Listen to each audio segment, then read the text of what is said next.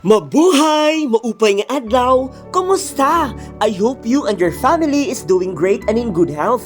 At ito nga, we're already in our day 3 of our Baguio adventure. For this day, medyo marami-rami ang pupuntahan nating tourist attraction dito sa Baguio. We're going to explore Diplomat Hotel, Mirador Heritage and Eco Park, The Mansion, Wright Park, Mines View Park and Botanical Garden. Samahan niyo ko ha!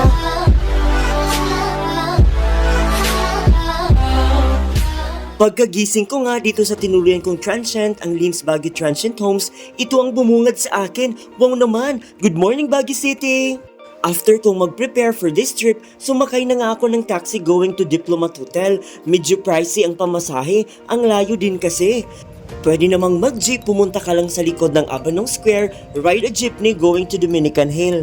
Diplomat Hotel is a historic building situated atop Dominican Hill in Baguio City. Bago siya dinevelop into a school and a hotel, dati muna itong rest house and a seminary way back 1911. Despite the ruins and being abandoned, the hotel remained one of the picturesque spots in Baguio. Ang building na ito ay lubos na kilala for being the most haunted building in the Philippines as it holds a dark history. Idagdag pa ang nakakatakot na mga tunog at sigaw kapag gabi. Katabi lang ng Diplomat Hotel, napamangha tayo sa napakalaking Ten Commandments. With its size na 152.90 square meters, it has been certified as the largest of its kind by the Guinness World Records. After ko dito, linakad na nga natin ang pababa papuntang next tourist attraction.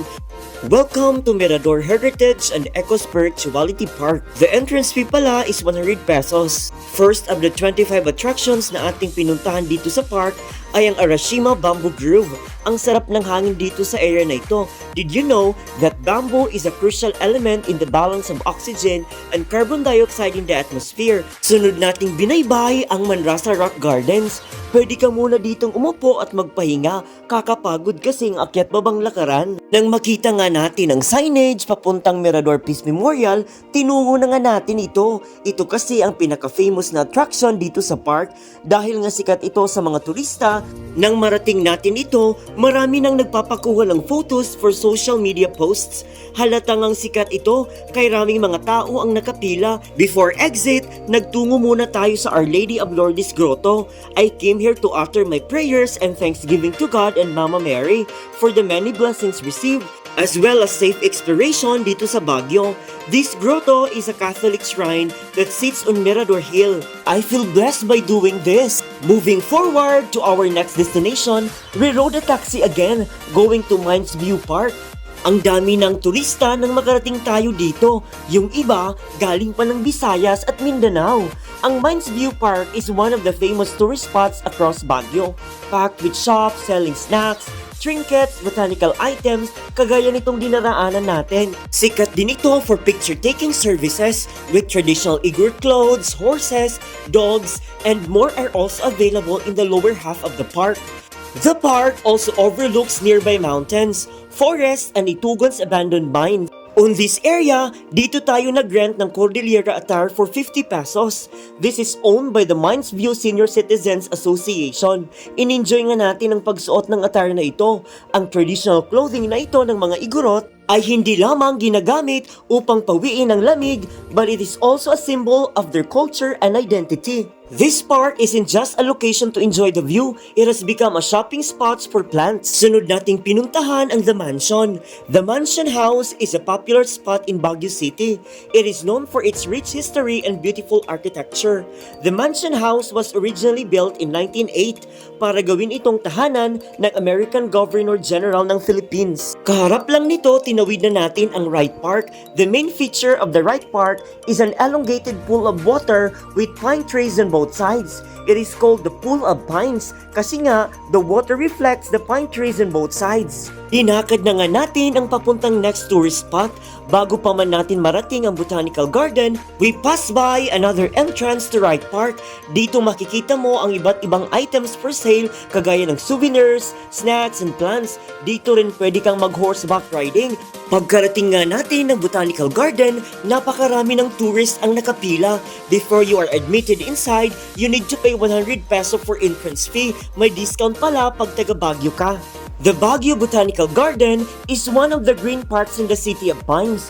This huge land owned by the Philippine government is one of those prime pieces of real estate that provides priceless peace and tranquility.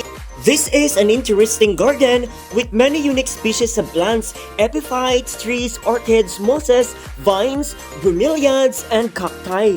There are also several fun and playful exhibits designed for kids. On this area nga ng park, the famous Chinese zodiac are situated. It is represented by 12 zodiac animals, from rat until pig. This area offers a lot of places to see and requires more walking. Meron itong iba't ibang theme from different countries like Thailand, Japan, China, South Korea, and others. Kahit nga maraming turista ang namamasyal dito, pwede ka pa rin makapag-relax. Ang lawak kasi dito. The views are refreshing. You will definitely enjoy every minute ng iyong pagstay dito. Hi everyone! Tara, let's explore pa the other areas of the park. Napadpad nga tayo dito sa Cacti Garden.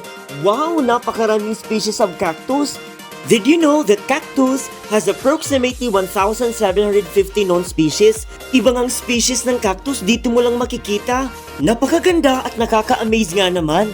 The Baguio Botanical Garden pala is formerly known as Imelda Park. It is located on Leonard Road between Wright Park and Teachers Camp. Kay sarap nga namang libutin ang buong parke.